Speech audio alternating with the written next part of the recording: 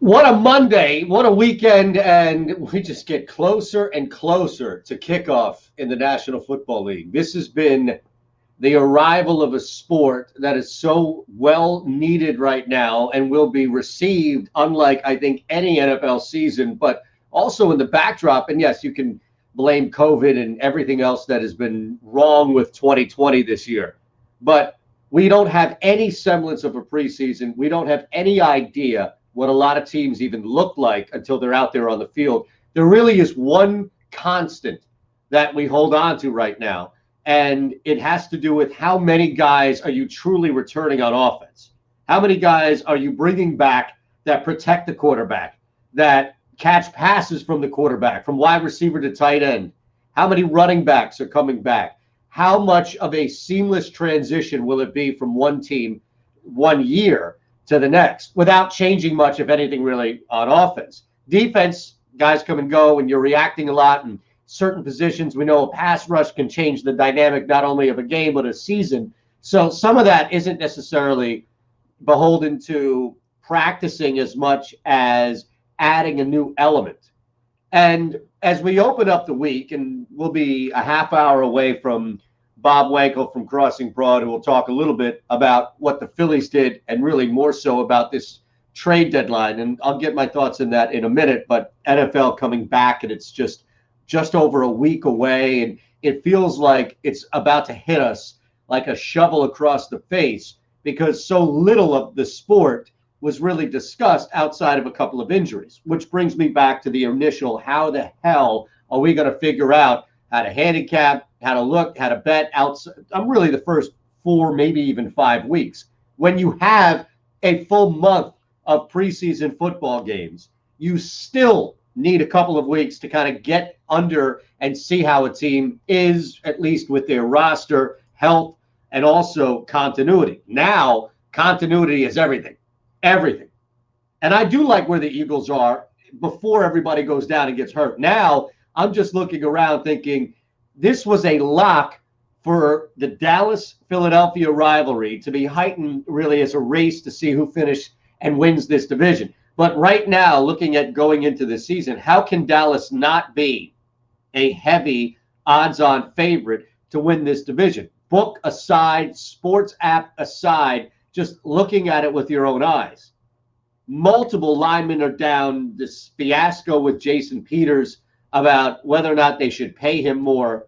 And you kind of just look around and think, okay, well, some guys are back. It's nice to have the tandem at tight end. But even wide receiver, Jalen Reagor out 2 to 4 weeks. There's just so much uncertainty for a team that should have had at least a little more continuity from this offseason coming into it. And I'm just trying to give them somewhat of the benefit of the doubt here. But for the most part, this is a team that is truly ill prepared to, A, protect their quarterback, and 2, make a run if, in fact, they're constantly running guys in and out due to lack of depth or simply guys getting hurt and not doing enough maybe at the wide receiver position, as we saw free agency and elsewhere, as we saw making savvier moves to help this quarterback in this offseason. And it's all about this particular offseason. But I also recognize that each week we get the DFS tournaments back that are just not the same without fantasy, without football here in the NFL. We get a ton of college coming. It's right around the corner. Big college football right around the corner. And then also every little betting element that we pay attention to, from current to future to teaser to parlay to whatever we can muster up here. The Monday night games are back. So we have our heavy dosage of parlay slash, triple plays that we did last year. There is so much excitement from the game itself returning. And I understand, for me, and I'm sure a lot of other people, the local excitement has been weathered because of the injuries and because of the lack of true skill set guys that we'd like to see at the wide receiver position for a quarterback who can't just sit back, drop back, and hit Zach Ertz 50 times. You're going to have to stretch it out. This was the year in which They made changes with the coaching staff and all of these little tweaks with the team from personnel to player that should have played out to at least more confidence. And I don't have that confidence. I'm looking at this team just kind of crossing my fingers. Even Washington, week 1, it's a 6.5-point line still. Looking at DraftKings here. And as much as we would all like to genuinely believe that the Eagles come in with a better football team, a 7+ point better football team than the Washington football team itself, this is a team that's got some explosive playmaking and just one wide receiver. Darius Slay being new here is awesome, and I can't wait to see him out there, but I'm not putting this ridiculous amount of pressure on him to where we have to just expect him to shut down every single big play wide receiver or threat that the Eagles go up against. McLaurin had his way last time. We saw a backdoor cover to open the season last year's. This is not any type of lock by any means. And we still, until proven otherwise, guilty until proven otherwise, this offense and their just refusal to get off the ground in the first quarter, sometimes even into the first half.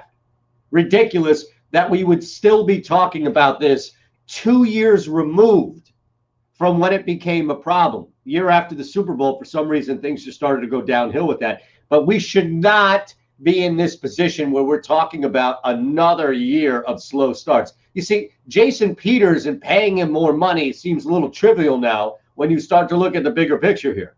Right away, they come into a line that doesn't jump out to me by any means.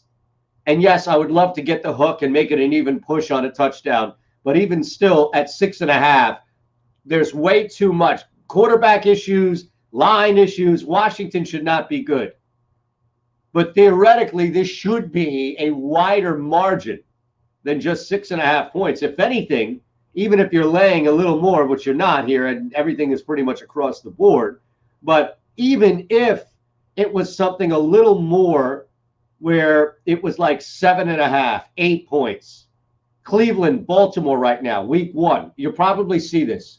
Maybe, look, it could be something similar to what we saw with the XFL, where there was just so little to work with that everything is based on last year. And if, in fact, nothing is transferring over, if truly nothing carries over from where we were last year to where we are now, then these lines are off. These lines, like Baltimore is definitely a better football team than Cleveland, but maybe that line isn't exactly where it should be. Or maybe that isn't necessarily a taller line because, well, it's over 7. But it's a conservative line simply because we just don't know right now.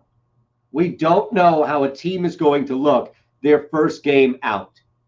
And maybe you will see if it's a disheveled offense, if it's an offense that's relying on new faces multiple times over, especially, then maybe, yes, you will see that struggle. I don't know what to expect from the Philadelphia Eagles right now outside of there's ill preparation to really protect and make life easier on the outside and protect on the inside Carson Wentz, which seems rather ridiculous that we're talking about a guy no longer in his rookie deal.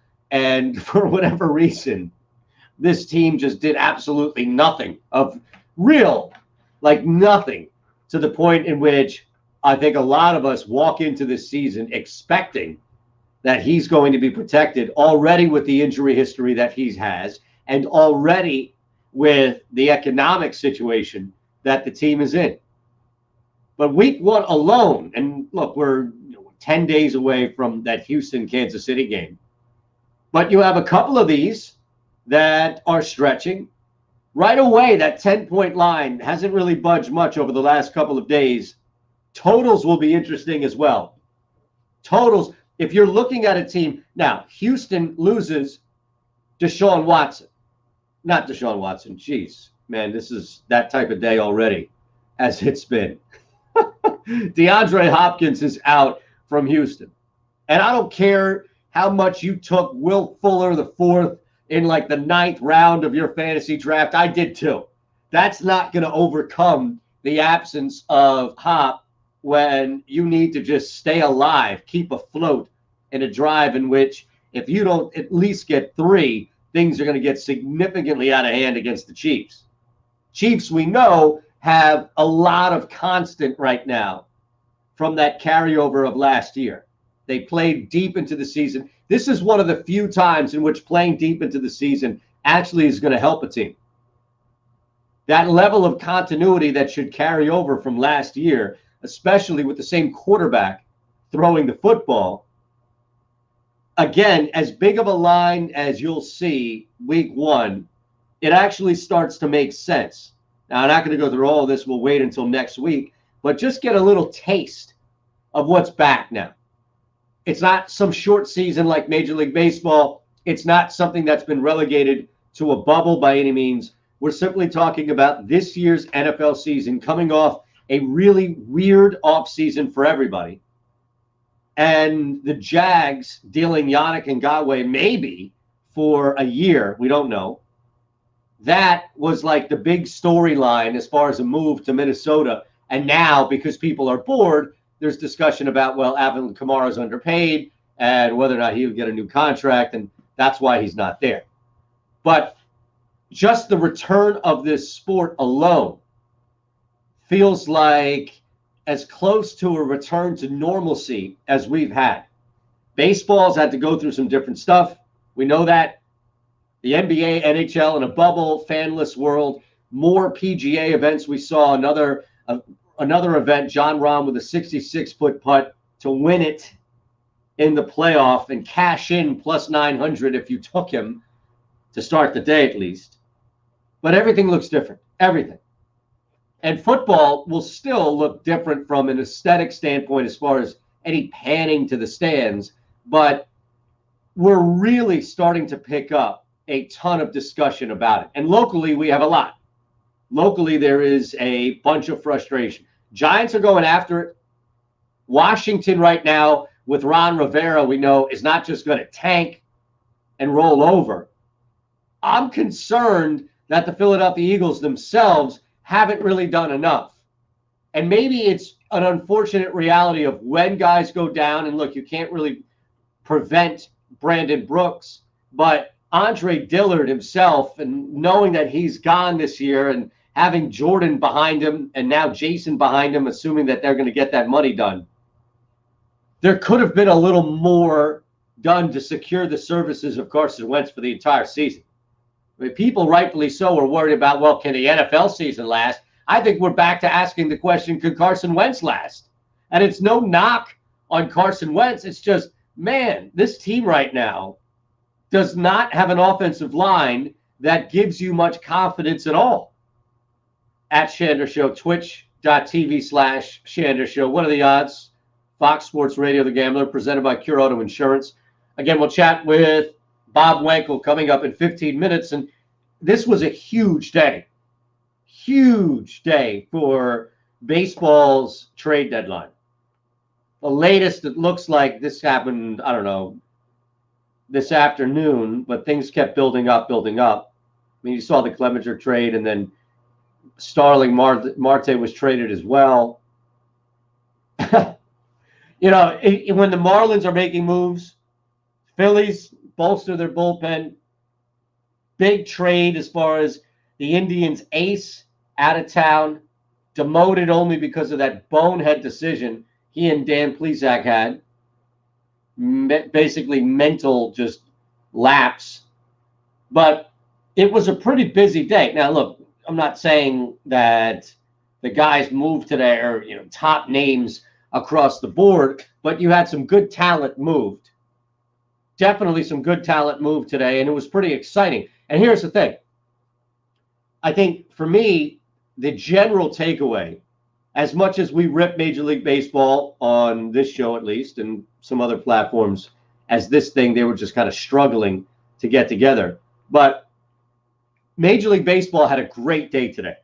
And some of these moves might be short-term. Some of these moves might be teams taking advantage of it being a different type of season with a different type of deadline. And you might be able to take advantage of that from a value standpoint. you might simply be able to take advantage of it from well, everybody's value is down. Everybody. I mean, it's not like what we saw with Yannick leaving Jacksonville, to where he had basically flipped off everybody in the building like Scarface. Bleep you, bleep you, bleep you. I don't even think there was a "you're cool." I think it was just everybody. I'm out. And Yannick just could not wait to get out of that Tom Coughlin hellhole, which he did now in Minnesota. But that was a situation where it wasn't going to continue. There was no going back to it by any means. Baseball now, this trade deadline and leading up to it, there wasn't much hesitation. There wasn't a bunch of teams scared to pull the trigger, and it was all just a bunch of bluffing, knowing teams weren't really sure about where they are in the entire scope of this season finishing. And if you made a trade for a guy maybe this year, next year, was it really worth it? But I do recognize the risk that was taken by teams and recognize how others would cash in, even if it's moving a player that you don't have much intent on keeping and taking advantage of a bunch of prospects. You know, that alone, I think, shows how baseball got it right today.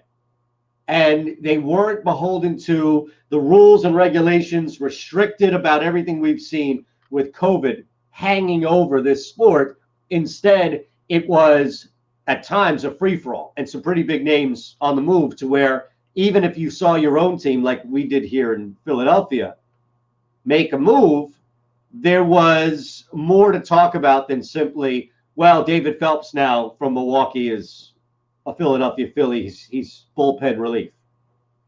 There were a bunch of guys on the move, and for an off season into a regular season that was extremely short, and more so like the length of an extended playoffs, definitely I tipped the cap. And it was fun to watch. It was definitely fun to play out and follow along at times when you were kind of waiting for another big move. And they deserve a ton of credit for doing it. They really do. I don't necessarily believe that, or at least I wouldn't have given them credit heading into it. I do know that they would have had, especially at the start of the season when we saw the Marlins and then the Indians and other teams just kind of derail Cardinals, what was going on with COVID. But I didn't think that we would get to a point where, forget the end of the season, regular season, you can manipulate that. I just honestly didn't think we would get to a point where we would see something like this for the trade deadline. We'll chat with Bob Wankel, Crossing Broad, coming up in 10 minutes, get his thoughts on it, specifically Phelps, but also around Major League Baseball and the day that was, with this crazy nonsense going on around us, being so restrictive of our actions from what we do to what our athletes do. What are the odds? Fox Sports Radio, The Gambler, presented by Cure Auto Insurance, at Shander Show, twitch.tv/Shander Show. The other thing, and we'll talk about what's happening in the NBA playoffs as we welcome in the Heat and Bucks game. Thunder Rockets tonight as well. That's a gigantic one. John Jansen has you for that one. But the day that was yesterday and the weekend that truly was in golf is such a fantastic microcosm for the game, betting the game, and just surviving the game. I don't care if you shoot in the triple digits, if you are a scratch golfer, or if you've never if you've never picked a stick up before in your life and you just bet it and you follow it, you play tournaments, you just bet it. There was a time in which, pun intended, we were so jacked up about reacting to Bryson and what Bryson was doing and the diet that Bryson was on and how far he's carrying these drives, the club head speed and everything that was associated with a new and improved Bryson Latimer DeChambeau. And he finishes 10 over. Now, granted, it was a ridiculous course this weekend. But it's amazing how he is an afterthought. And it's not because he's not good anymore. He didn't fall off the face of the earth anymore. It's such a what have you done for me lately, which is why you got such a fantastic finish with a guy who has not been talked about enough for how consistent he's been playing all year, and Jon Rahm taking advantage of Dustin Johnson not being the old Greg Norman-esque DJ, but just not being good enough on the final day when you have a lead. Just not being good enough. And yes, that was an amazing putt on 18. If you missed it, it was an awesome read. Beautiful putt on 18 to force the playoff, only to be undone in the playoff by Rahm from 66 feet out. And I laughed because this was something that I was looking at on Sunday morning before they teed off. And I'm looking at Dustin Johnson as a heavy favorite and thinking to myself, no, this is not going to be a guy who is going to dominate the field the prior week, just dominate, and now all of a sudden roll into another victory. He's going to have, at the very least, the DJ jitters, if not true to the point in which he would become undone. And I didn't necessarily think undone so much as, all right, well, let me look around and see what my options are. Hideki Matsuyama, fun to watch, definitely played his tail off. But to be honest, he had his shot when he was in the lead to come back up like that. Very difficult on the final day. So despite there being some good odds for Matsuyama, I stayed away. Niemann, I'm not touching him in this situation. This is a huge moment. And again, I don't trust that I can ride out one guy, and that being Niemann, in this situation to win the day. And if proven wrong, then maybe I look at it later on, if it's this year or if it's next year. And then I think to myself, all right, well, now we're at fill in the blank major event. Joaquin Niemann is, 2 strokes off the lead heading into the final day. Well, okay, did you see what he did in the BMW? He was able to hold on and actually win.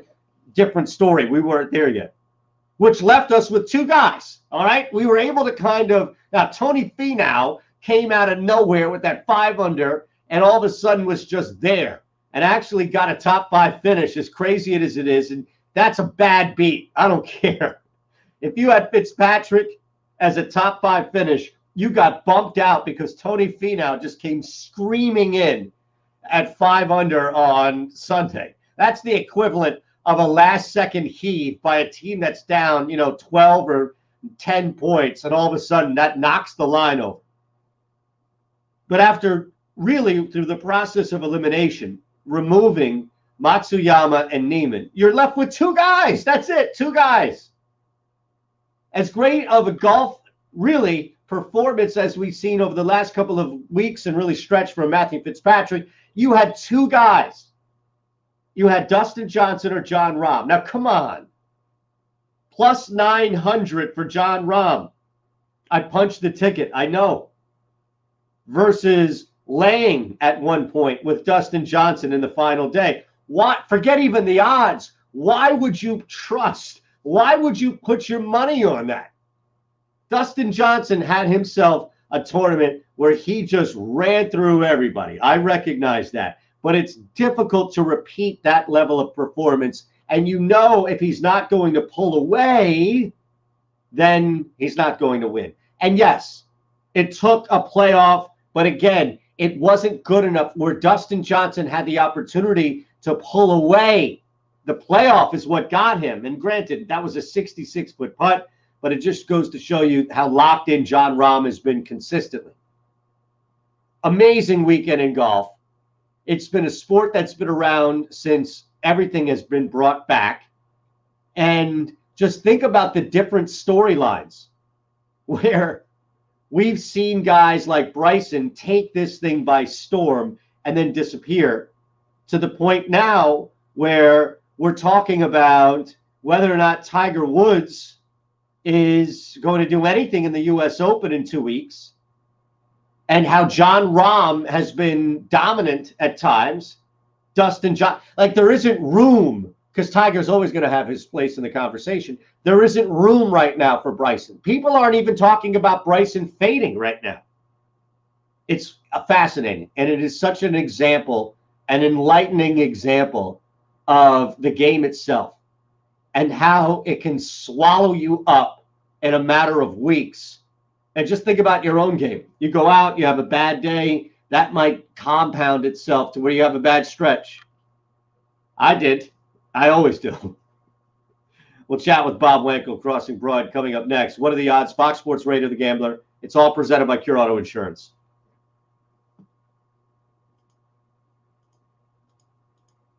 Thank you. Thank you.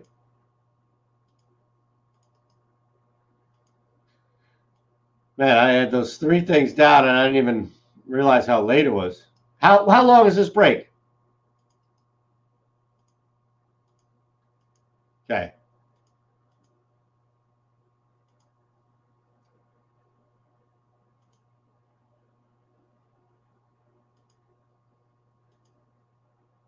Oh my God. So I put 50 down on Rom at plus 900. Yeah, came back at 500. Now, granted, I'm not cashing that out, right? Because it's going to stay in my account, and I'll probably lose it over the next couple of weeks anyway. But that's how. The only time I've ever cashed is I won 2 DFS tournaments this past year, and it's just because I hit the right stack. I mean, that was the only reason why, is I hit the right stack, and that's like 1,500. So I cashed the shit out of that. But at no point am I cashing, this stuff. That's like, okay. But the point of it being is that I was at a family function. My wife's uncle had us over at this pool, and everybody's outside, eating outside and all. So nobody really was paying attention to it. It was on inside, but nobody went inside because everybody's still outside, distancing and all. So I'm watching it on my phone, but trying not to be rude. And I wasn't outbursting or anything, but how, like, if you have the phone underneath and you almost have your head by the table, like you're looking underneath the table. So it got to the point where I was just like completely immersed in there because I was watching, and I'm watching as everybody's eating and telling stories and shit. I'm just like ducked away. And I see this fucking DJ knock that putt down to hit the playoff. And I'm like, holy shit, I'm screwed. And then the next, it was amazing. Like back-to-back putts where DJ's putt and then Rom's putt. Like you couldn't write something like that. It was amazing.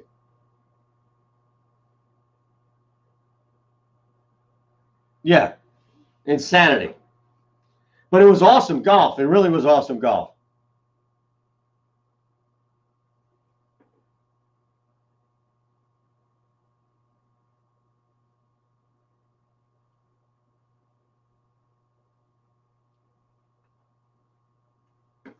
I do too. I just haven't heard back from him yet.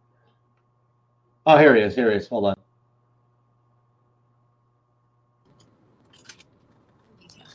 Hey, Bob. Hey, can you hear me? Do you have me? Spoken yet? I'm trying to get. Hey, Bob. Hey, can you hear me? Barely. Can you hear me now? Hold on. I think that's on you.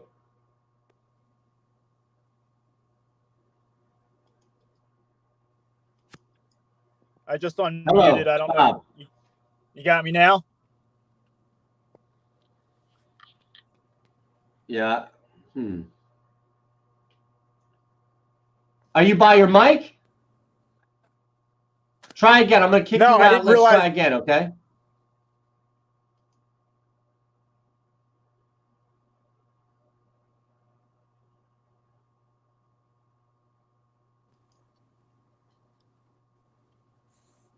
Bob, you hear me? Yeah, I hear you. Can you hear me? Do you have me?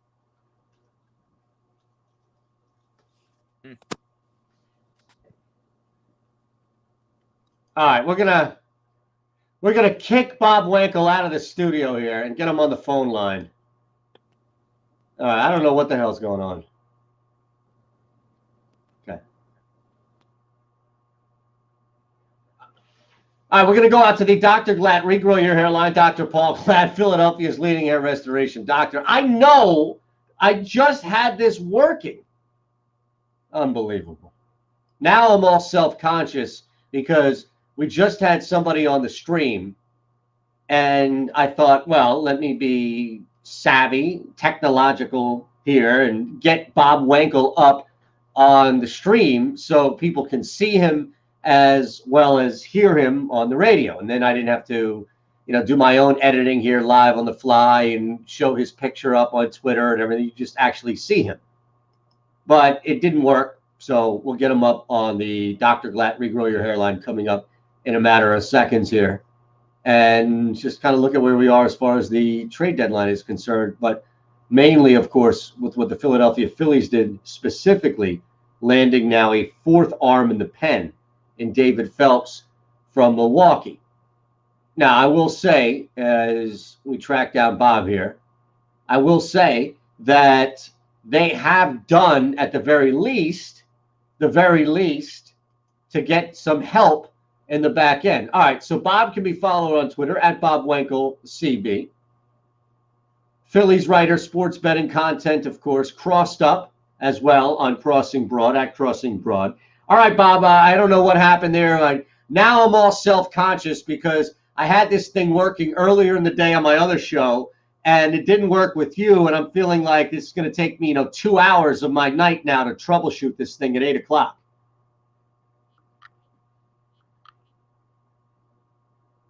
Well, that's not true. That's why I ain't sent the stream invite. Jeez, man. I don't care what you have going. You could have barbecue sauce, like fresh from dinner. That's fine.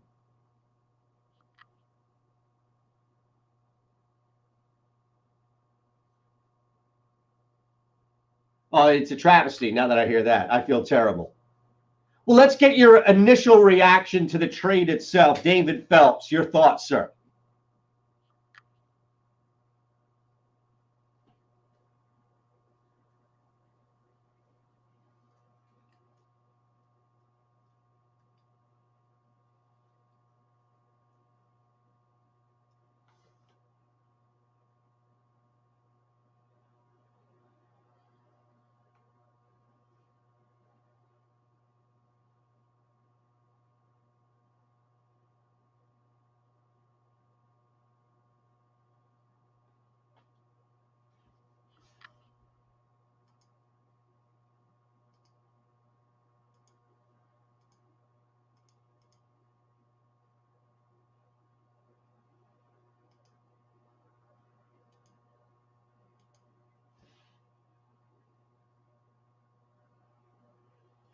Absolutely. And I think that from the surface, the answer is yes.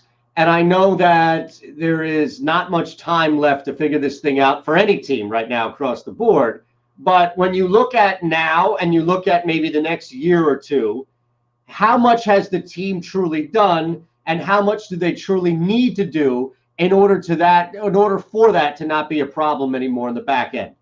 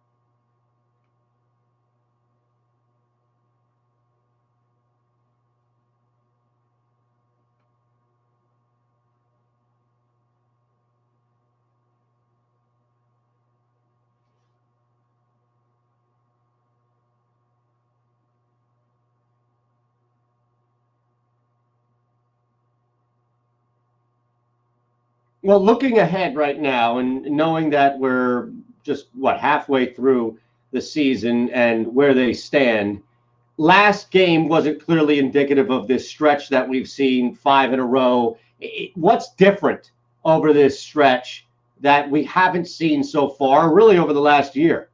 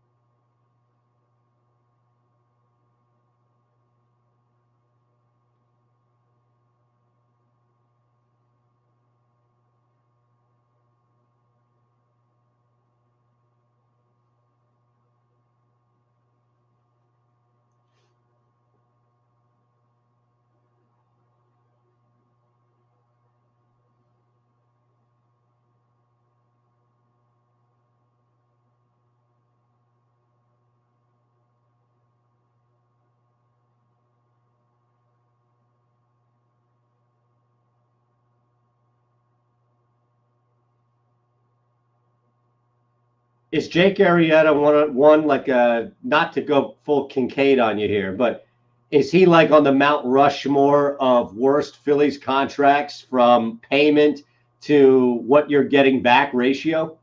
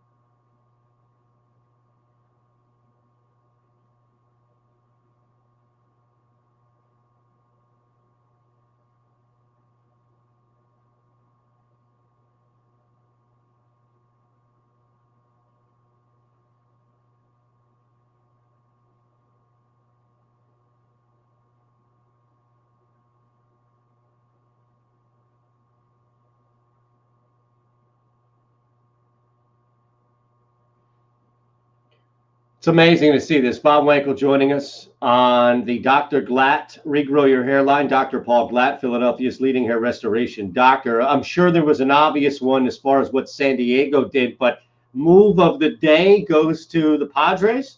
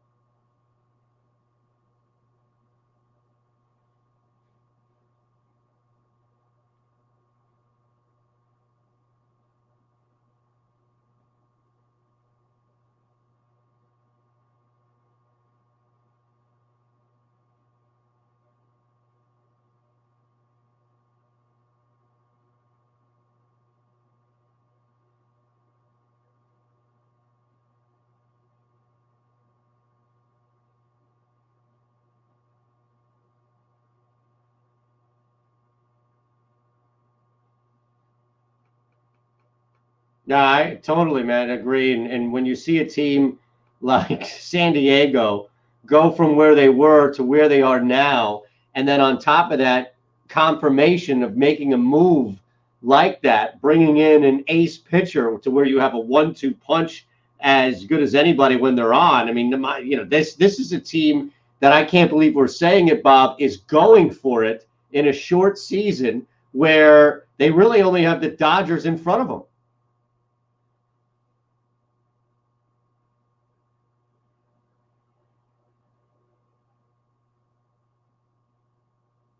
Yeah, true.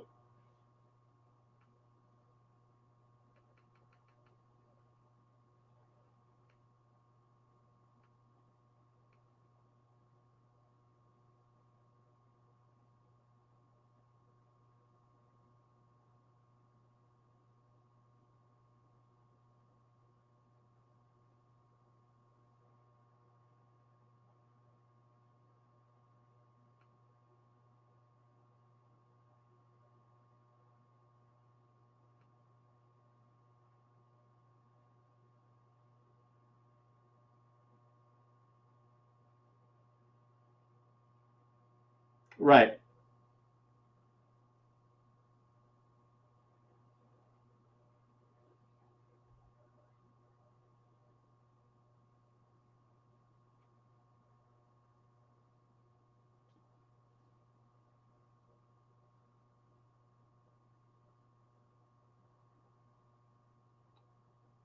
Yeah.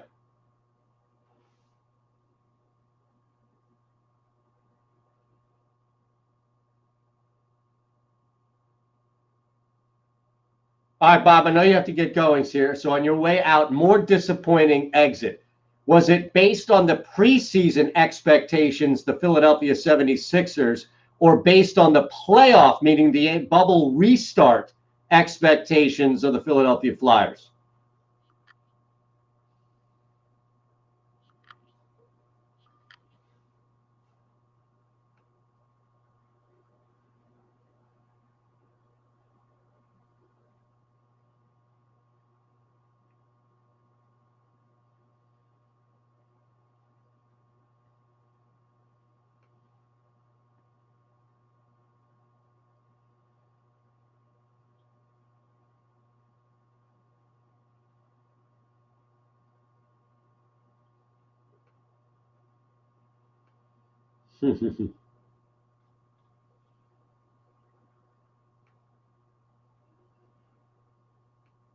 Awesome, Bob. Thank you, brother. Have a great night. We'll chat soon.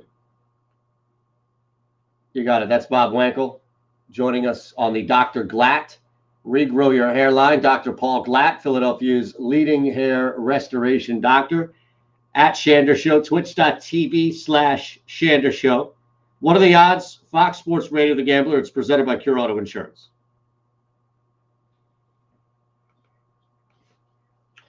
All right. Thanks, buddy. I'll be right back.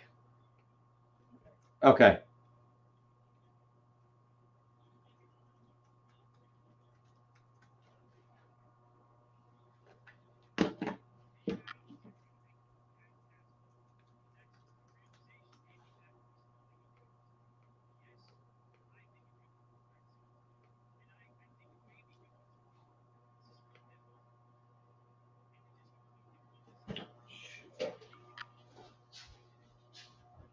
You were down here the whole time?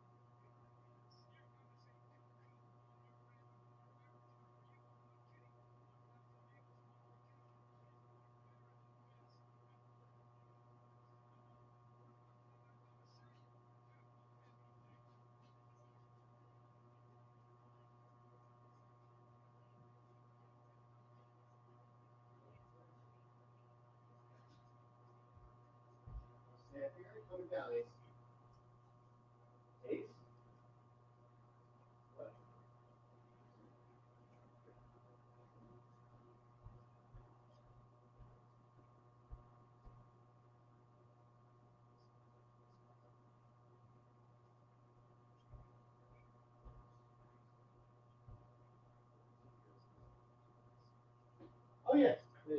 Yep.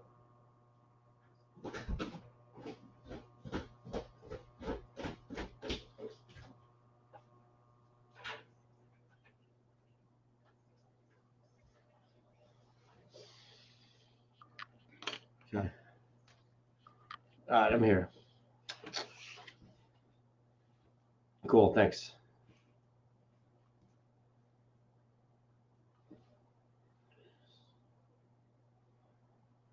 Oh, nice. Okay. Good. No, I didn't. How's he doing? Is he all right?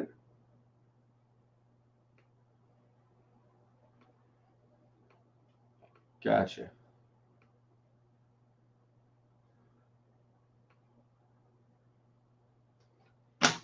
All good.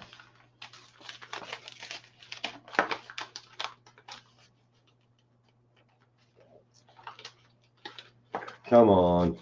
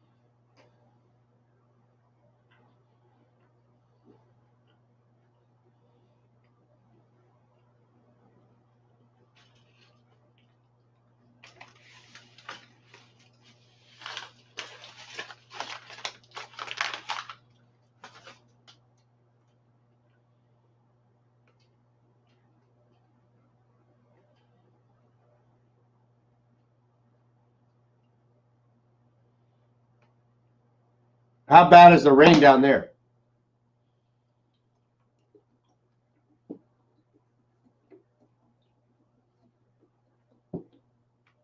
I was guzzling water as I thought about how stupid of a question that was to you, since you just told me that you filled in for Sean, and you probably didn't even take a bathroom break, let alone an outside break.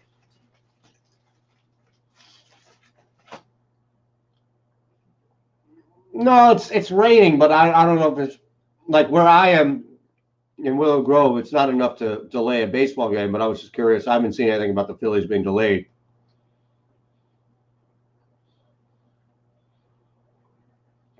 Yeah.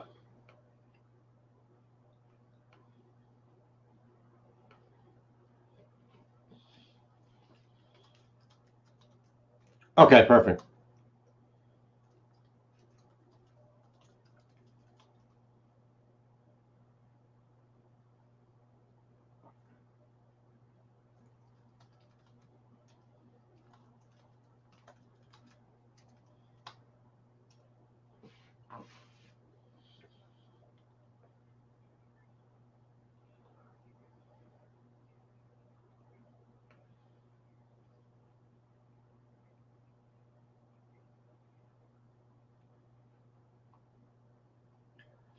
Yeah, just looking at this Clevenger trade that we saw earlier and the day that was, and no knock to the Phillies bringing in Phelps here, but just I'm amazed at where the San Diego Padres are to where they've been routinely, to the point in which you think they're just trying to be that bad at times.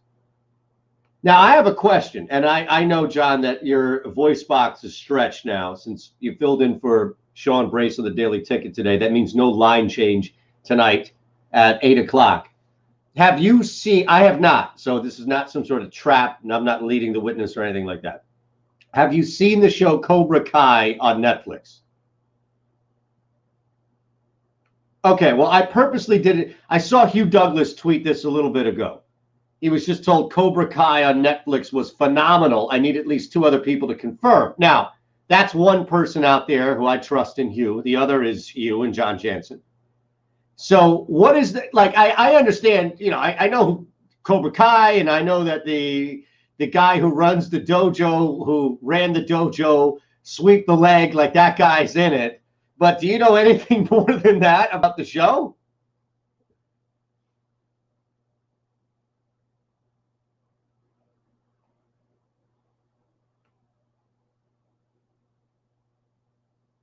Right, right.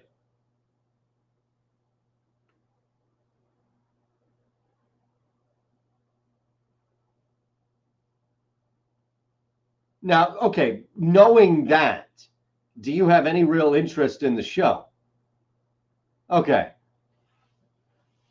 Yeah, well, they made like 7 of them.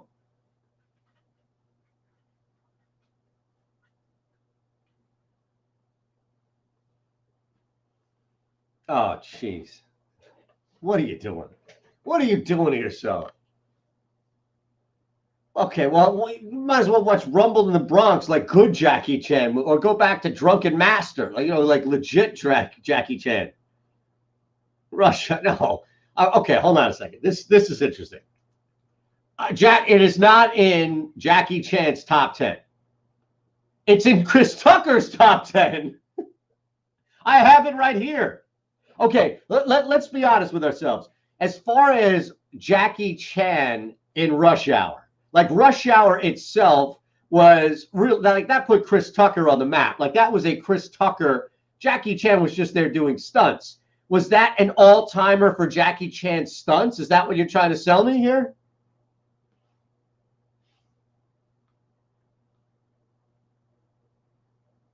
Well, did you see any of his old stuff? Okay, so the older, now I'm not counting like Cannonball Run. I mean, as far as the old karate movies that he was in. So with that, we'll just use a frame of reference of when he started to come over here and do like new movies, right? Where some of those were, I can't believe he was in Karate Kid. Who was he in Karate Kid? Mr. Miyagi? Oh my goodness. I do think that's pretty funny. But Rush Hour, he lived off Rush Hour for a while. He did Rush Hour in 98. And before that, it was, like he had Super Cop, Drunken Master. Favorite of mine is Drunken Master. It's an old movie. It was in 1994, just before he brought Rumble in the Bronx here. Rumble in the Bronx is really underrated. Like he broke his leg jumping from a dock in the Bronx onto a hovercraft. And that was insanity. Super Cop is really good as well. But, the newer stuff, I don't know. How much can you count of the newer stuff, right? Like, I haven't seen much of the new stuff he's done outside. I mean, I don't know. I'm looking at The Foreigner. I'm looking at The Nut Job 2. Oh, that's a voice, so that's probably a cartoon. Kung Fu Yoga, Railroad Tigers. No, 1911, Shaolin. This is 2011. Karate Kid. Wow, he really didn't do much after the Karate Kid. Boy, I really have overestimated this guy's catalog. I'm looking back and I'm thinking, he did a lot, and then I'm looking at them themselves, and there really isn't that much going on. But the show itself, Cobra Kai, Ryan Peach on Twitch, twitch.tv/Shander Show says, can confirm Cobra Kai worth checking out. I don't know. If you saw it and you thought that it was worth it, I would take a look at it probably a little bit later, but I don't know. If you're out on it, then I feel even less. I would be, yeah.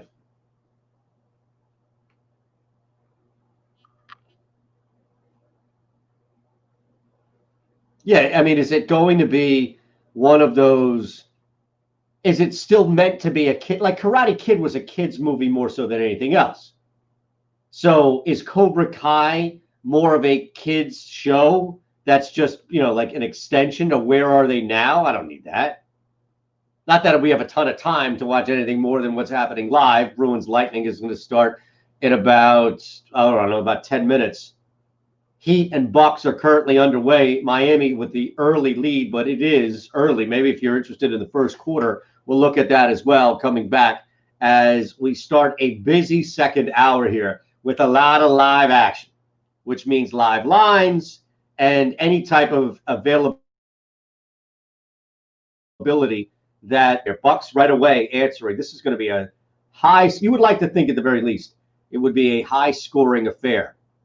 In fact, heading into it, where I got it was 223, and I still went over. Still at 223 earlier in the day went over. What are the odds? Fox Sports Radio The Gambler, presented by Cure Auto Insurance. Okay.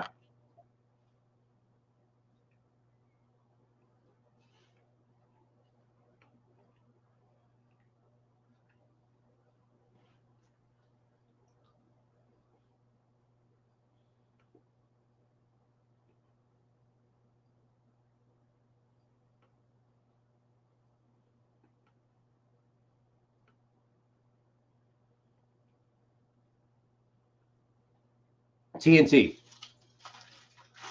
Yeah, it was Kill Bill earlier, so.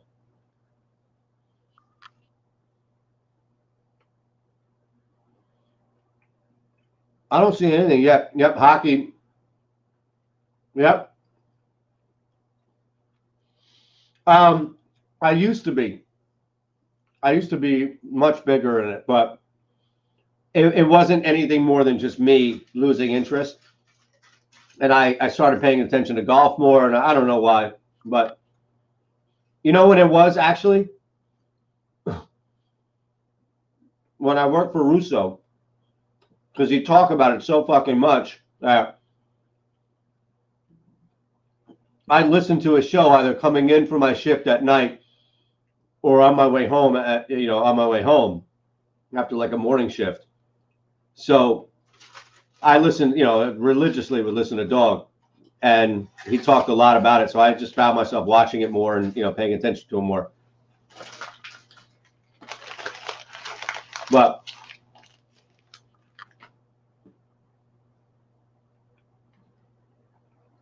yeah.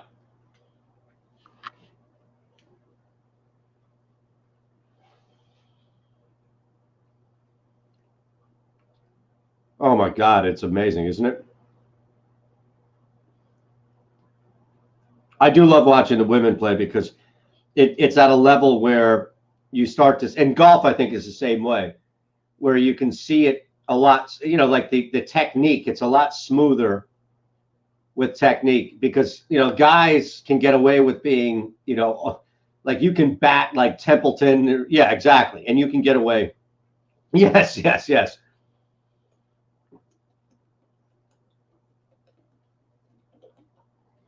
And so much of that is, inertia and weight movement and, like with golf as well, different type, but still. And you see like you see just pure swing. And then on a volley, like, you get a long volley.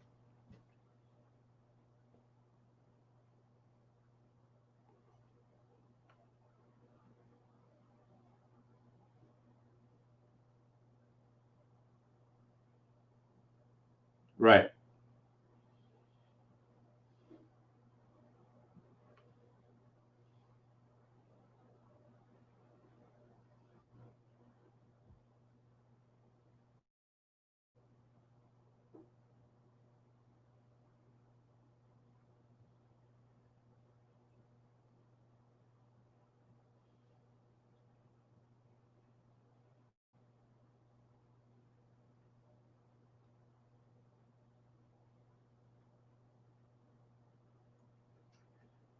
We're already underway in the NBA right now. We're awaiting the Phillies and Nationals to start 5 minutes from now at Citizens Bank Park. Earlier on, Mariners topped the Angels 2-1. Orioles needed 11, but they got past the Blue Jays 4-3. And then that Marlins-Mets game, 5-3 Miami. 15-15, 500 on the year, Miami Marlins. Cardinals and Reds underway, and it's early, it's bottom one, but in case you're interested in a little movement, St. Louis is already up 1-0. Now, Reds have a guy on second with no outs, so this thing could be moving, but at the very least, you could probably jump in with some pretty good return. We're awaiting this Bruins-Lightning game as they're just about to drop the puck. This has been an interesting one in its own right to call. I stayed away from it personally tonight, but that doesn't mean that I can't be suckered in on it. Speaking of which, 7:44 left, and just to get the exact number up here, 7:42 with the timeout right now, and the Bucks are up 14-13. First quarter is really what I'm looking at right now to just try and gauge what we can get back. Heat looked pretty good to start, and Giannis just has half of the team's points already and was able to kind of get some things going. The aggression was there. They knocked a couple of outside shots down as well, just weathering whatever the Miami Heat threw at them. And it wasn't a bad start by any means for Miami, but I think that this is going to be tight, at least until Miami does something. Like it's Milwaukee is probably just going to continue to hover, and you could get them at -1.5, and I'm really tempted to jump in there now. I probably should have waited just a little bit, and if you're live on the stream, you can see we always put it up here. No BS, no nonsense, at Shandor Show, twitch.tv/Shandor Show. As tempted as I was and then pulled the trigger on that, I don't think I'll be watching Cobra Kai. I don't know. Maybe if it's like 2 a.m. and I can't sleep, insomnia kicks in. And it's the difference between playing slots on like the DraftKings app.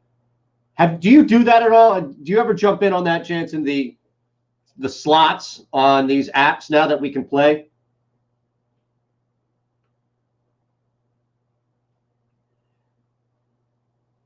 Turned in like I don't know, I played maybe $10 and I hit one of these mini ones. Not bad, $60 return or so. It's just such a ridiculously easy way to waste time and then realize that any money, any hard-earned money that you hit by nailing an over or by nailing a parlay can be evaporated in the span of like 10 minutes, maybe even less, depending on how much you're betting on there. All right, so we'll wait this start here between Tampa and Boston. And just looking at where we are ahead of time, just so in case you wanted to get in one last opportunity, Boston at +1.5, laying the 250 on the puck line. Money line is tight. Tampa at -127, Boston at +108. And that would be the play as opposed to the puck line. Goals total right now at 5.5. That's just a crapshoot at this point. But it might be worth, in case you're looking at sneaking in some value now before the puck drops, I would think that's where it's truly worth it, is to jump on Boston at +108. Now, remember, this is a closeout scenario here. So Tampa wins this, they move on, but Boston is, still technically alive. Are you going to see enough? Tampa dropped to -127. Are you going to see enough from Boston to hold on and force that game 6? Two closeout scenarios technically tonight with Dallas and Colorado. Man, I got so greedy last night the other night on Fox Bet. They were giving out these bonuses where you could predict the score. So it was a trio of scores. Like Stars win 3-0, 4-1, 5-2. Stars win, and then 3 other sets of scores. And each bet had a 3 set of scores associated with it. So what I did is I put and the great return at it, right? Like plus, I should have known, because the lowest return was +250. The highest, I think, was +300, something like that, maybe even 350. So if I put out 4 units, I knew I was going to, any one of those hit, I'd at least make my money back and then some. Depending on if the big one hit, then you're talking about a bunch of units you're going to get back. But at the very least, you'd make some money on it. And I figure, all right, well, I'm covered with either team winning, and I'm blanketing now 6 different options for either team to win this game. So all I basically need to do is just sit back. It's like betting. I thought at the same time I was basically betting the competing money lines. Somebody's going to win this game, and I have either one of them. But instead, it was a sobering reality, and that score it wasn't covered. I'm sitting there just flabbergasted after a 5-4 final that of course wasn't covered. 5-3 was covered both ways, mind you. Both ways, 5-3 was covered. 5-4 was not. And it was just watching this wheel hit. I mean, picture it. You've built multiple towers on a roulette table. Multiple towers that stretch out. You've built suburbs next to the towers. Everything is covered on the board, and it pops up 0-0. It pops up green. And you're sitting there looking up like, really? That's when it's going to hit of all times? I've sat here and watched this thing hit red 5 times in a row. Now it's going to hit on green. Unbelievable. This thing is moving right now. We're getting a lot of points early on in this game. And remember, where it closed at least earlier in the day was 223. It might have been bet up depending on where you looked. But this total between the Heat and the Bucks should hit. I mean, as far as this clip is concerned, we should be looking pretty strong. Now, again, took the first quarter with the Bucks laying the 1.5 points. Actually, wasn't that high at all as far as what I had to put down. It was only 108 at DraftKings. But looking at so far, at least, the pacing of this game and how the Bucks have been able to stay in front. Oh, that's a terrible block call right there. Lopez is going to go to the line and shoot 2 free throws after bowling over Kelly Olynyk. I mean, that was – they're already up, mind you. That was one of the more brutal calls you'll see. And as a result, extending the lead by at least a bucket. It's 26-21 right now. They gave him an and one on that? Ridiculous. Timeout, Heat.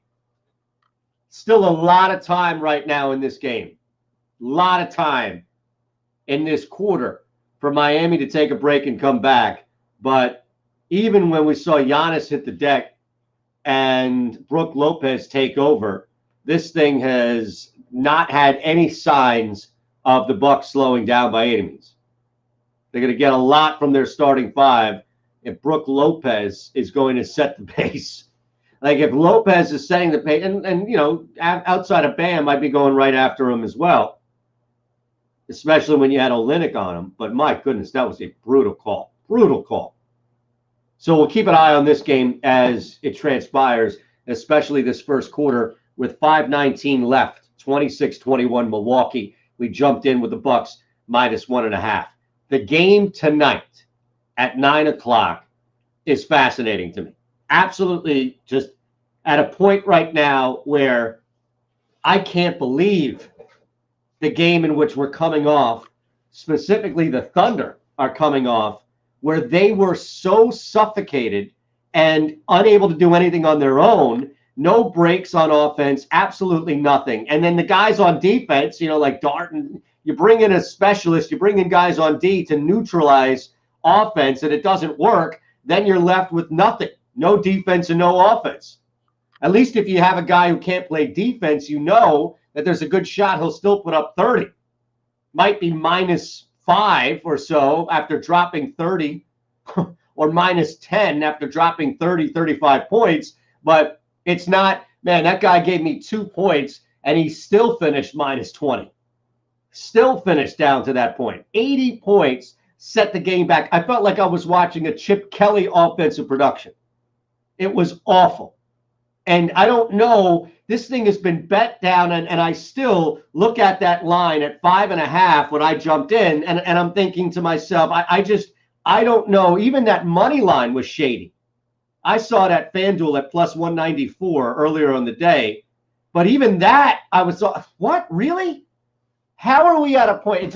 It felt like such a trap to where people were trying to convince me that what we saw by the Thunder was more flukish than not, was more of a fluke and more of an isolated setback than not, as opposed to truly looking at this and asking yourself, how in the world is the Oklahoma City Thunder going to be able to bounce back from that and now drop, you know, $110, $115 just to keep up with Houston? Yeah, same team who beat Houston twice, but not more. Really not anymore. And that's a difficult thing to bet on right now when you see these lines that tight. Now, typically you would think after that shellacking and watching just the paralysis of the Thunder on the floor, that they would be getting a little more than 5.5 points. Now, granted, this has been a series in which before they got blown out of the gym, they earned the 2 straight victories. They tied it up, but we saw the dynamic of Russell Westbrook return. And it was just one that I honestly, and you saw it heat with a bucket now, so 26-23. But you saw just the difference. You saw the intensity, you saw the speed, and you saw just how ferocious of a backcourt that was, and it blew through the roadblocks that OKC tried to put up. I mean, it was embarrassing at times how easy it was for the Houston Rockets. Robert Covington, shades of Michael Jordan knocking down 6 threes. I mean, what the hell was going on? OKC putting in their defensive stoppers just got blown back. Looked like Andre Dillard at left tackle, just in the backfield in a matter of 0 to 60. Awful. And I'm supposed to believe that all of a sudden they're going to find themselves because Chris Paul, the veteran that he is, sorry. You know, I don't buy, even with that trap line trying to entice you into believing, well, come on, you know, the books, they know what they're doing. 5.5 points? You got to be kidding me. This is a double-digit blowout tonight. This is one in which, if anything, the Thunder might come back and backdoor their way from not being beat by double digits, but 5.5 I'm comfortable with and was comfortable with. Now, I stretched it a little bit and teased both teams down. Easy 5-point teaser on DraftKings. So I was able to tease the Bucks down to a 0.5 point, and I was able to tease the Rockets down to a money line play. And it was exactly in line with where this game was earlier in the day. In fact, earlier, if you got the Rockets on the money line, your best bet was hovering around minus 220. The parlay here got me down to minus 200. Teaser, if you will. So looking at just what I need tonight, it's simple, just 2 victories. Bucks come out, set the tone against a team that they struggled with a lot this year. Regular season, even in the bubble. Now, granted, Jimmy Butler and Dragic weren't there that one time in which Milwaukee won, but the Heat beat the Bucks even without Butler. So definitely on their minds, definitely something that they're going to do and not necessarily take personal, but understand that you have to come out and put a team like Miami down right away. You can't let this team linger. You can't let them come back. You can't let Jimmy Butler start talking. You can't let Butler get that field going, Dragic as well, and all of a sudden these guys are at 45, 50 combined points, and that 12 to 14-point lead has been cut to a bucket. And now you have to deal with Jimmy talking. Right? You have to deal with all the extra curricular activities. And yeah, it's not like the Bucks don't have a talker or two, and it's not like the Bucks couldn't turn around and shut the Heat up with a mini run, but it's the wear on it now. This is a veteran team. As much as you have some young gunners on the Heat, they're led by those 2 veterans, and there is a sense of feel, if you will, that Butler and Dragic too have in the game, where if given the opportunity and if a team lets them back in with a couple of shots, all of a sudden it's like compounded. It's not just, man, we had that. What happened to that 12-point lead? It's you have a guy who's just not going to shut up and constantly reminding you what's happening. Constantly reminding you that Dragic is not going to be that guy, but Butler's got enough for everybody. Butler's got enough to dish it to everybody. Beautiful. It is truly a beautiful sight. And yes, I'm rooting for the Bucks to clear this first quarter, and I'm rooting for the Bucks to win this game, first part of my teaser. But that doesn't mean that I can't sit back and continue to appreciate, especially from a local angle here, of what's gone, the beauty of watching a Jimmy Butler play the game, have a great night, and just keep talking. just keep running away. And, you know, I do like this push, too, by the Heat, because it's going to keep Milwaukee from slowing down. Heat are the ones setting this tempo right now. Bucks are simply responding. But it's awesome because they're not going to stop pulling threes. We know the Bucks are top 5 team this year, and even the Heat, top 7 or 8 this year as well, made threes. They launch. And when these two teams get together, you have really the two big slashers and Giannis and Jimmy, and we're watching those two kind of do their thing and go back, but both can shoot, and both have a bunch of guys around them that unconscious or no conscious, if you will, when it comes to taking a shot. Just zero. Man, you're 10 feet out and, you know, as far as behind the line and clock's running out, you're not looking to get in there by any means. You're looking to just launch. Absolutely launch. Our old buddy Kyle Korver with a 3. That's going to do a lot right there to extend this thing. You had a chance, folks. We gave it out here for you. Had a chance. Bucks right there, -1.5 at 7:02:43. They now lead with $1:42 left. They now lead, even though DiVincenzo's on the line, still not enough as the Bucks have that 36-27 lead. $1:37 left. You have to think to yourself right now, could you get some value with the Miami Heat? And this is a game line, clearly. Wow, DiVincenzo missing that second free throw, which kept it right there, mind you, at 36. But you right now, Miami's +10. You're going to lay a little bit, -115. It's not the end of the world. The money line play, if you believe that it's just a matter of time, down 10 with $1:37 left, you can get Miami in at +295. I'm not touching that. I don't see that. I'm sorry.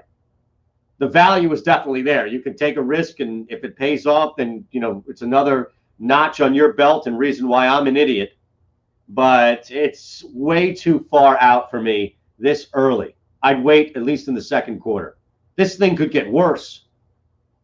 In fact, you might actually see, let's say the Bucks get up 16, 17 points. I'm definitely jumping in on Miami then. So first quarter hits as we're 38 seconds left from the 1.5 to play out. But now it's just a waiting game. Now it's to see what Milwaukee's going to do to start out in this second quarter. If they can go on a mini run here, extend this lead, get up 16, 17 points, it might not last long because, you know, Miami just has that 3 mentality anyway. He's going to respond in fashion to try and cut that run down.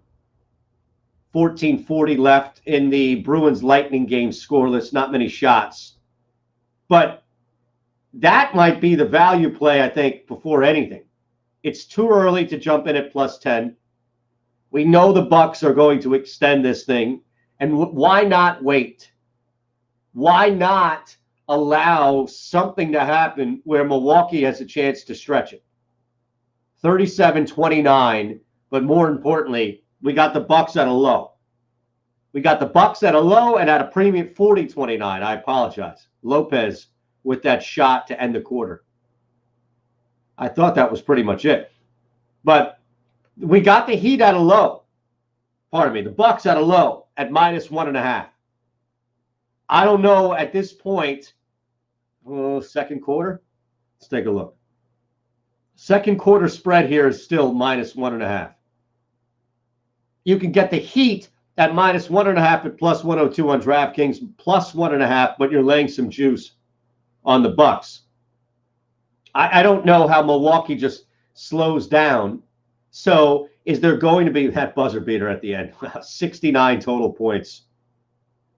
That buzzer beater, I do like the over 56.5. We should probably just turn around and lose the money that I just hit on that first quarter over.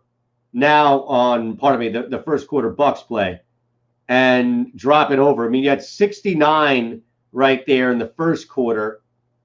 Milwaukee is not slowing down. Do you honestly, this is a Heat play right here. This is a Heat play on how much Miami can put up. And they missed some shots. It wasn't total clampdown by any means that we saw with the Milwaukee Bucks. 57.5. I'm laying 120 on that. And I don't feel like there's going to be enough time as the quarter begins to watch this thing slowly play out. Under 57.5. I mean, how could you? You know the Bucks are good for 30 right now. The Heat just put up 30. They extended it. Milwaukee extended it, that 3 at the end, but they were already high 30s. Yeah, I'll lay the juice. And we'll lose exactly what we just made off of that first quarter play by taking the over 57.5. These teams clang too many threes. They really do.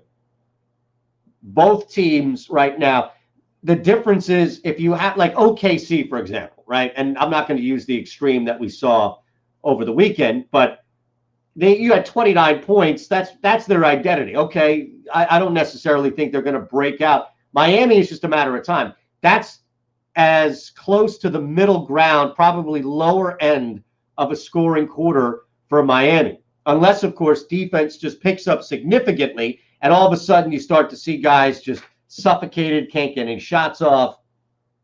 Butler wasn't fantastic by any means, but Dragic played well, and you just had missed threes. They're 4 of 9 already, and it just, you didn't have a ton of solid looks. You had a couple of tight looks. They knocked them down, but this wasn't something that opened up like we know it can. And it really is just a matter of time, I think, before Miami opens this thing up, and Milwaukee already up doesn't let up. This is the second round of the playoffs. They're not just going to let up.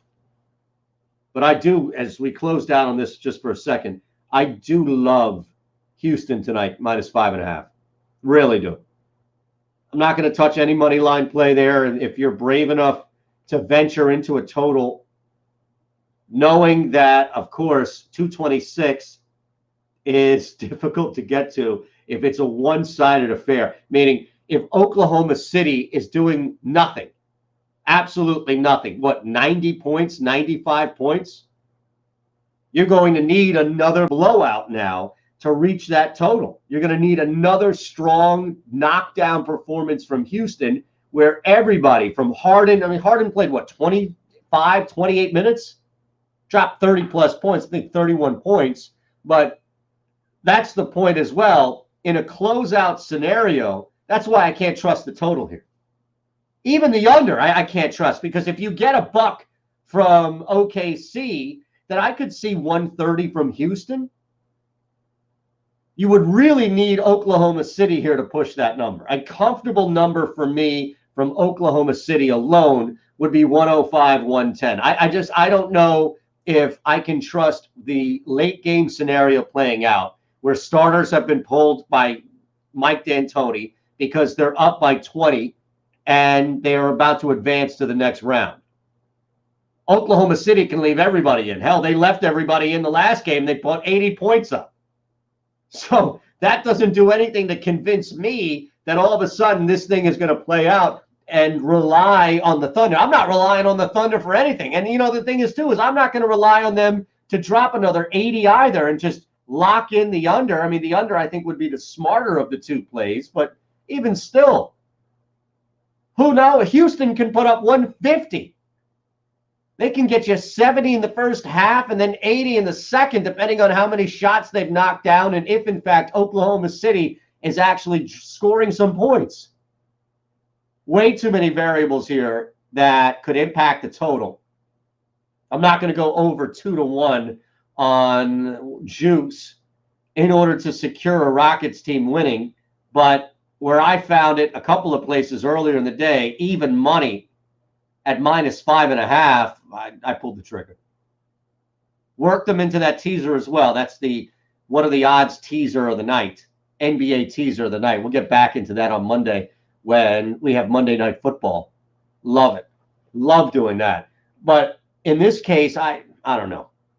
It wasn't enough for me to just go on an isolated play and take 5.5 points for OKC. Not enough. They embarrassed themselves last game. And I don't necessarily think it clearly wasn't at anywhere near the level of embarrassment that we saw over the weekend. Now, speaking of that, speaking of frustration, speaking of just trying to figure out what went wrong, the Philadelphia Flyers dropped 2 straight for the first time in what seems like 10 years. And all of a sudden, the NHL has a different little feel to it locally.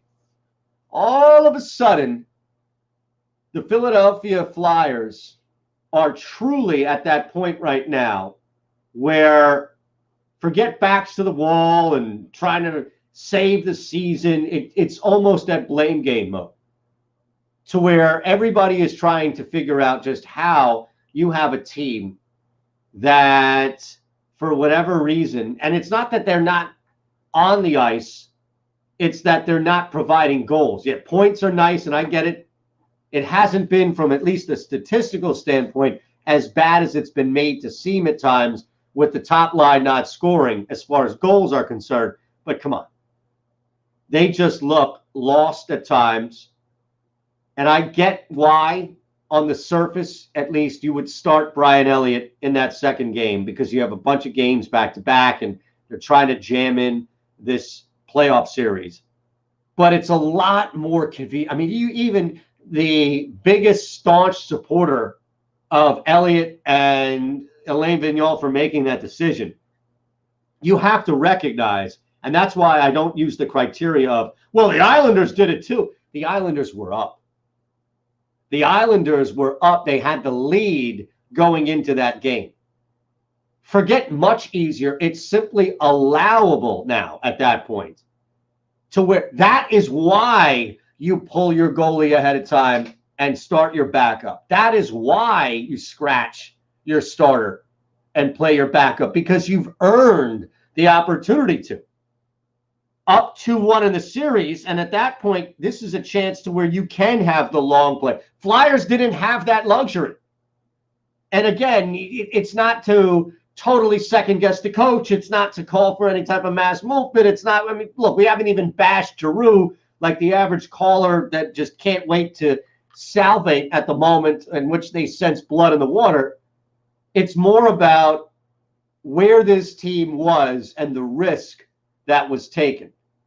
And I don't care how bad it was the previous game for Carter Hart. It's about riding the kid who got you there and helped establish this mentality that carried over on the ice for way more of their victories than not, especially since this bubble picked back up.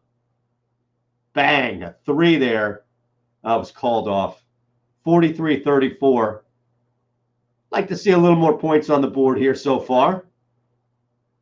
Some buckets have been called off, fouls on the floor, pick changes possession. It just, some points were taken off the basket. Look, I'm not going to go down the conspiracy road here with you, but we've seen some shots drop that were whistled away. At Shander Show, twitch.tv/Shander Show. More drives, please. How, again, Giannis gets away with no foul on Bam there, and you just have to think to yourself, why is so much contact being allowed right now? There is an insane, over the last, John, are you watching this? I know we have to break, but just real quick, are you watching this? Okay, I'm going to pick your brain on Novak in a minute here once we break, but the last 3 plays have seen an insane amount of contact in the Heat Bucks game, and there hasn't even been a whistle. The 4th play was that pick that negated a 3, and then after that, you've seen body hit body, and Giannis hits the floor, and I don't know. I don't know why all of a sudden you have a lack of whistle here, but at least the Heat are pushing it. They're back in this game. It's 43-38. What are the odds that money line play can actually pay off for you with an outright victory for Miami? Just keep putting points up. I don't care what the score is at the end of this quarter. Just keep putting points up above 55, 57.5, depending on when you jumped in. Fox Sports Radio, The Gambler, is presented by Cure Auto Insurance. Man, that was nuts. You see Giannis hit the deck like that? Bam just basically took it in there and bowled over Giannis. Giannis flew back under the basket. It was a no call. Yeah, I do too, except when I have the over on the quarter. Stop the clock. Put them on the line. Come on, man.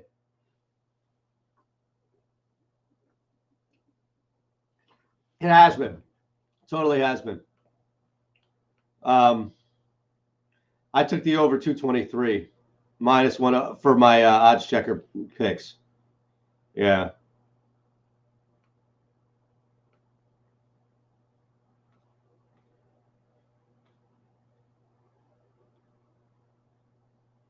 Yeah, I agree. I agree. I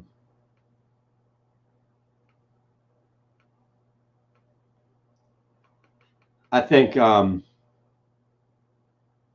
like I like Miami with the points. I like Houston with the points.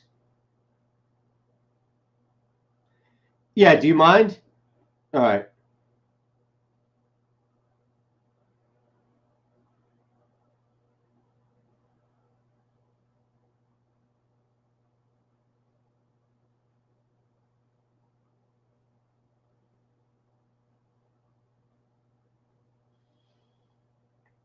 Awesome. Thanks. Wow, Reese Hoskins with another jack, huh?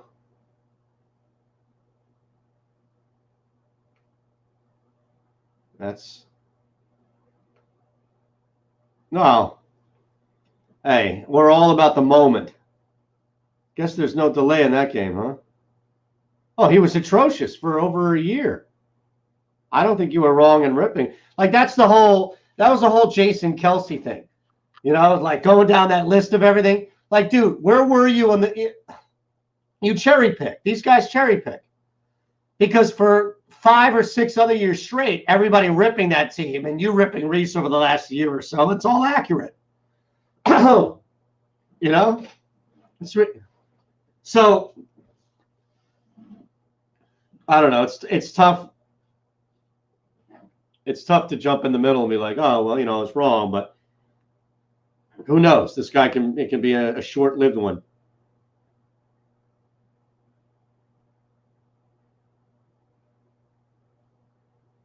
Yeah, there's nothing.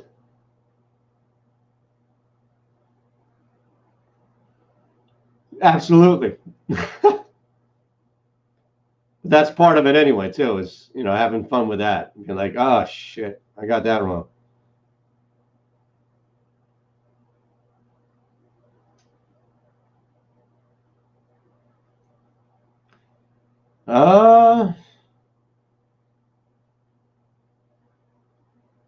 Yeah, the value is there. I'm not sold. I mean, look, I think the Patriots are, I don't know. Everybody this is one of those years where so many people I bet have bet on Buffalo that the books would probably clean up. No, me neither. And wouldn't that be the way in which they clean up is they just take all of that money that was dumped in on Buffalo and Buffalo goes, you know, 8-8. Yep.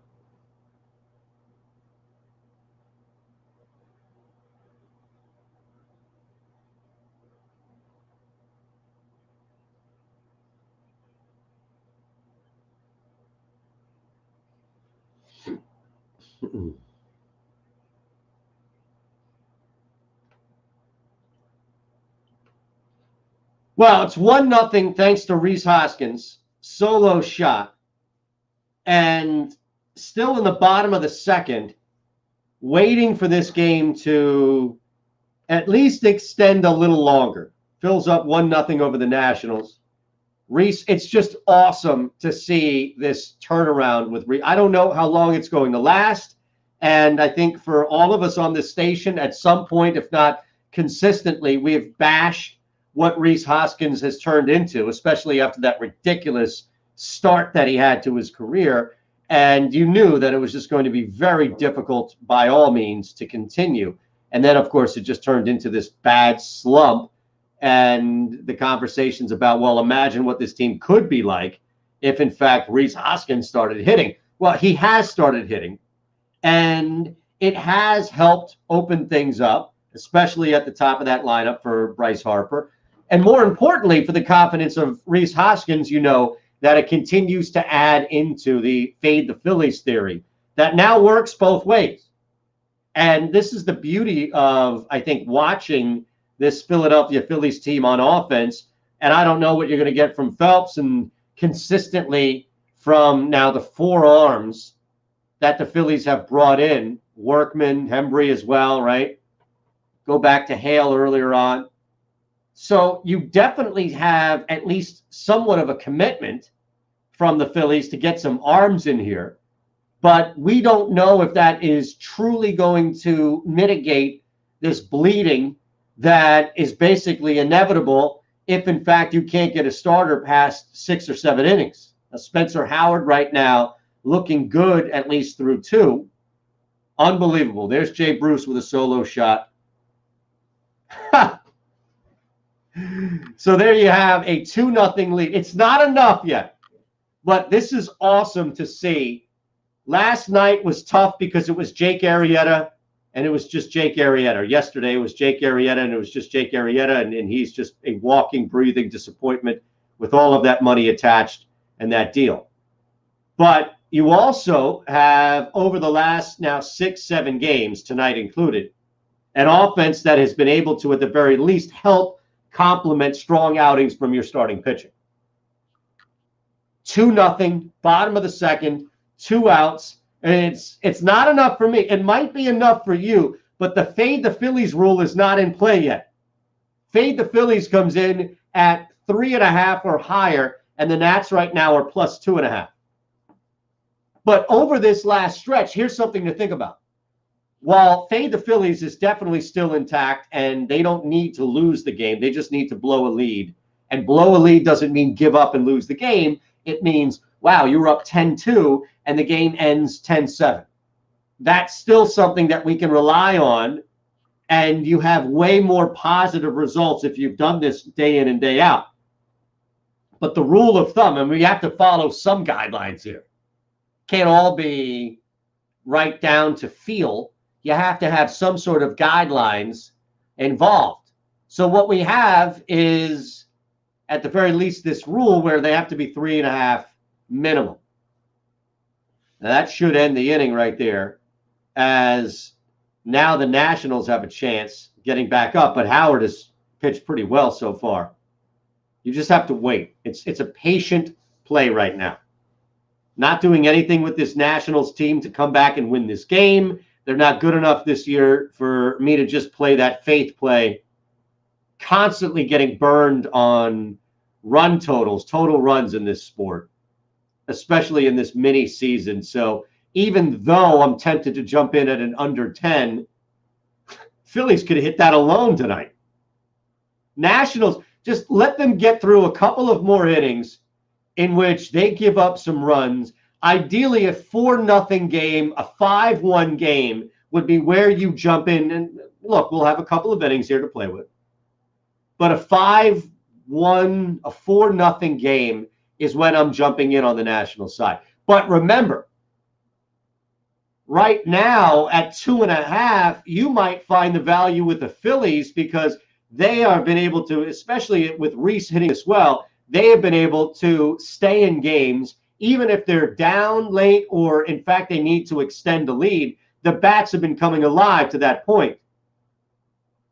So I do think that if there's any early value right now, you're up by 2, you're laying the 2.5 on the run line, but the way in which they've been swinging the bat tonight, at least, they're going to get back on base. This is not all of a sudden, well, Atlanta really settled down and shut the Phillies out for the final 6 frames, 7 frames. It ain't going to happen here.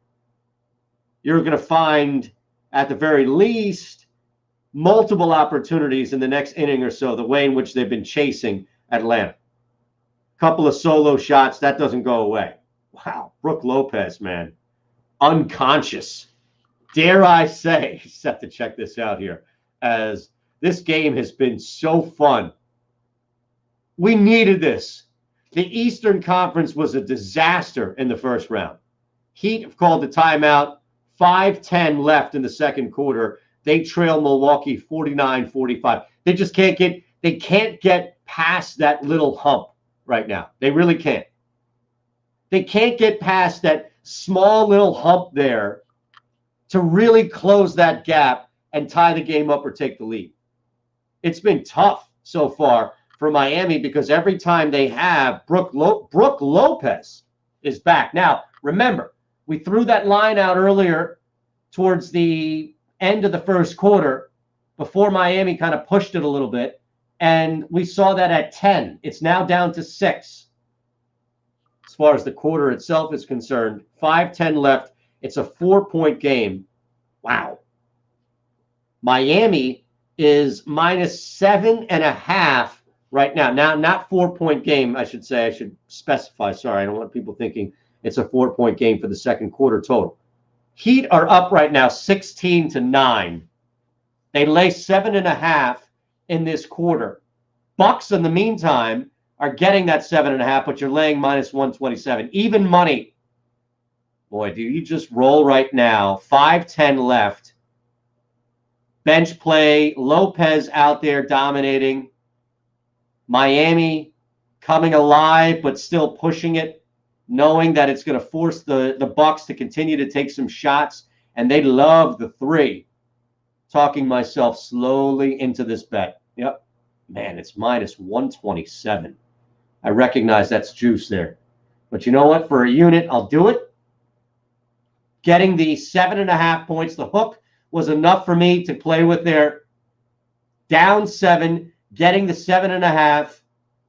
Timeout Heat after they tried to cut this thing down even more, this lead down even more, but another huge shot from Lopez.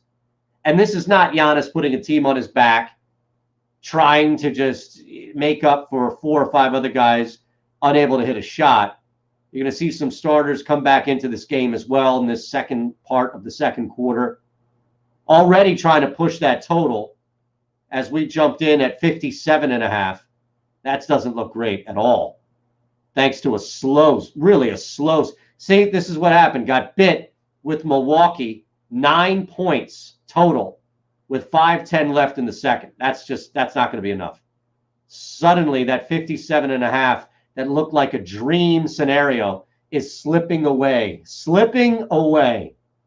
Brutal. Quick update here. As we mentioned, 49-45. Phillies 2-0. Nats top of the second. Rays up 3-0 over the Yankees. Cardinals have extended that 3-1 over the Reds. Man, it's becoming a little bit more of a defensive battle here. And that's not going to do anything for that total. But now it's just a matter of if, in fact, Milwaukee can trim that 7.5-point lead. Pardon me, take advantage of that 7.5 points. At Shander Show, what are the odds? Fox Sports Radio, The Gambler, presented by Cure Auto Insurance. Okay, 1 sec. How much time do I have? Okay, thanks.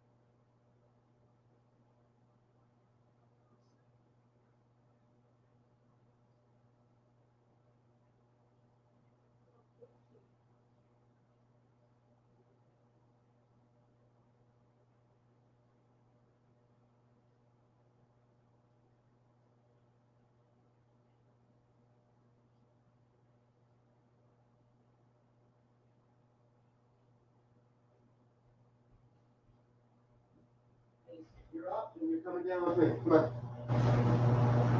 Come on. Ace.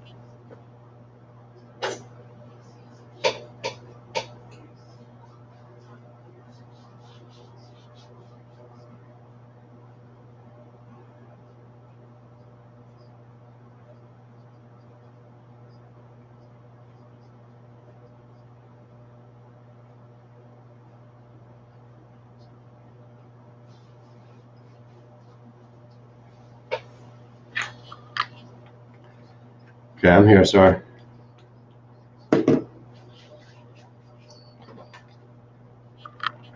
Okay. And then we break it, what, 56? I forget. 57. Gotcha.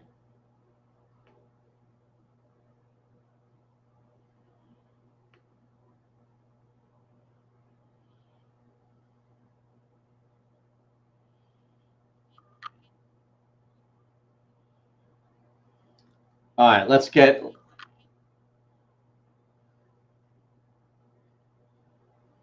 57.5.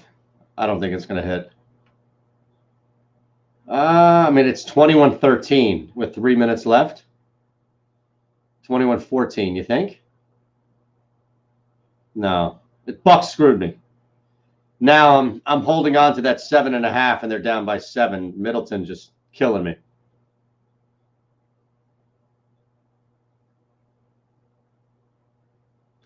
I could cash out and lose $1 right now. Nope, that cash out dropped from 22 to 13 to now it's gone. Unbelievable.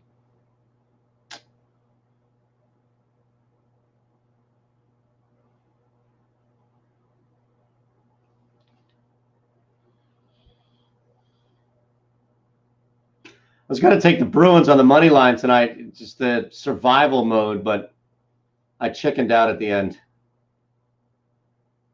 It's scoreless after 1. I figure like it's not, if they played them tight, right? If it's tied, depending if it's 1-1 or tied, I'm not going to lose that value for Boston.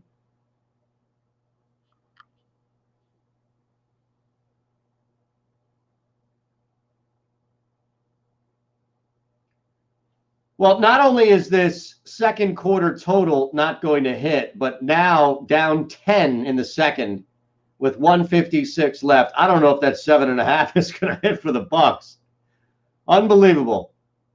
This is why, just looking at this thing play out now, the Heat money line play is back in effect, 54-53 with $1.56 left. Now, also going on, as we mentioned, hockey, baseball, and basketball.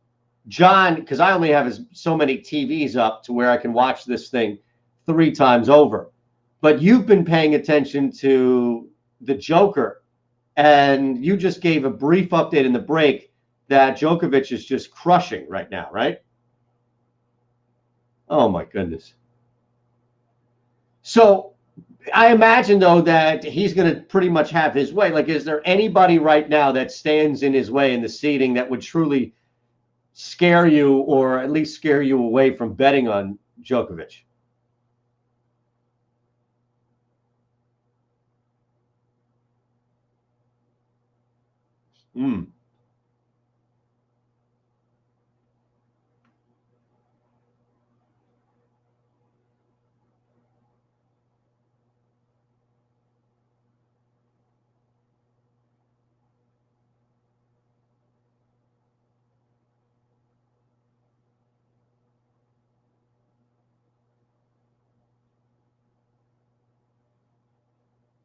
Okay.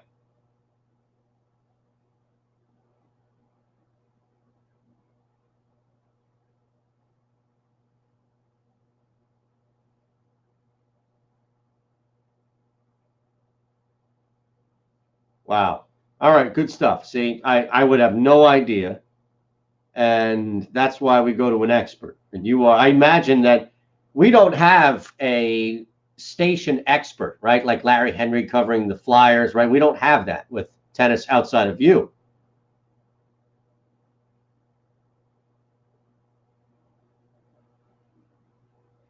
Well, that makes you an expert, at least in this world. At least in this world, it does. I mean, my goodness. No, I think that it's awesome to hear that analysis, because again, now I could look at it, I can look at numbers, and it makes sense. It plays out and truly makes sense for me. Man, I'm just holding. Sorry, it's got to be yoga. Yeah, but that's the thing. Like, what are you really going to get back as far as any type of value, if anything?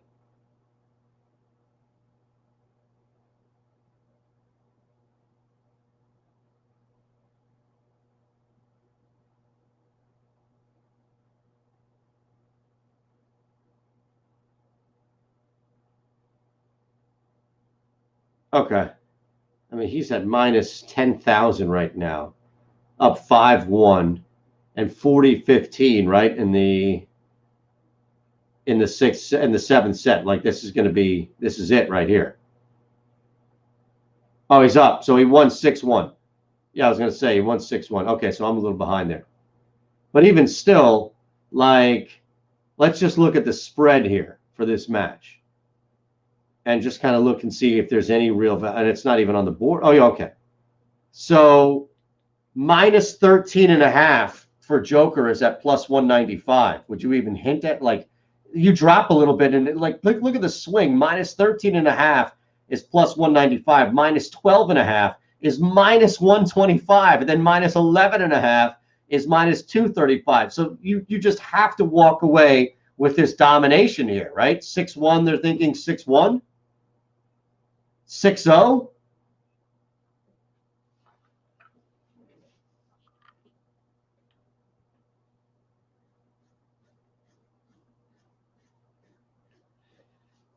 So that gives you, well, you could still get that.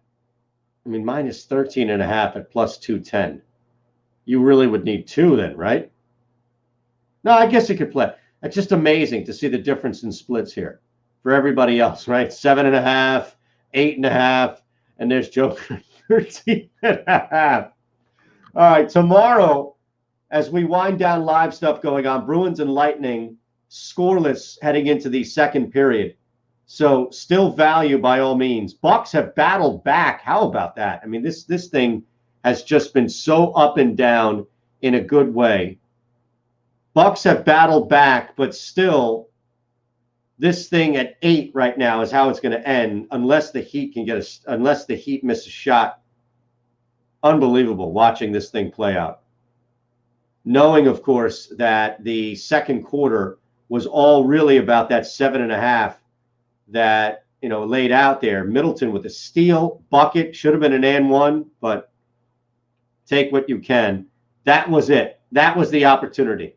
23, down 31-23 to try and get a stop, but the Heat run the clock out, hit a shot at the end, this Olynyk shot at the end, and that killed me.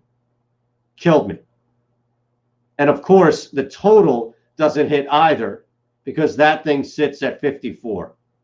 All over, just brutal. Punch in the gut there. That 7.5 you would think would be enough, knowing that Bucks run was coming. Not a damn thing. Nothing. And beyond that, of course, that total at 57.5 sweat a little bit. And that 3 just didn't do anything for you at the end. If anything, if you took the under, you knew that you were locked in even with that 3. Shame on me. Turned that first quarter into absolutely nothing. You saw it crumble right in front of your own eyes. You're watching the stream and you saw the face, the facial expression of dealing with the level of disgust after blowing those 2 picks. All that's left right now is the teaser. That's a brutal, isn't that such a bad feeling when you've got like 6 or 7 things open on the ticket and you check again, you refresh again, and the only thing that's left is like your futures bet. It's just like, damn it. There isn't one thing there that truly clicked over. Should have just kept it, quit while I was ahead, roll with that first quarter. Tomorrow we've got Flyers. We've got more in the NBA as the second round is picking up, but still one more closeout scenario, the most anticipated Game 7 that I can remember in the first round in a long time. It has been an absolute just display of fireworks between Jamal Murray and Donovan Mitchell. Oh, by the way, the guy that went up against Ben Simmons as far as that draft class just voted most improved player of the year, Brandon Ingram.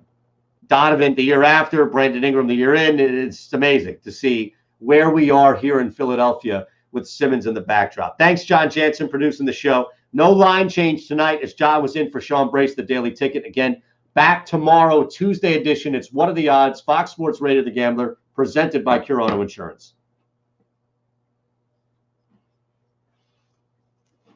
Thank you, brother. I appreciate it, John. I'll chat tomorrow, right? Okay, awesome.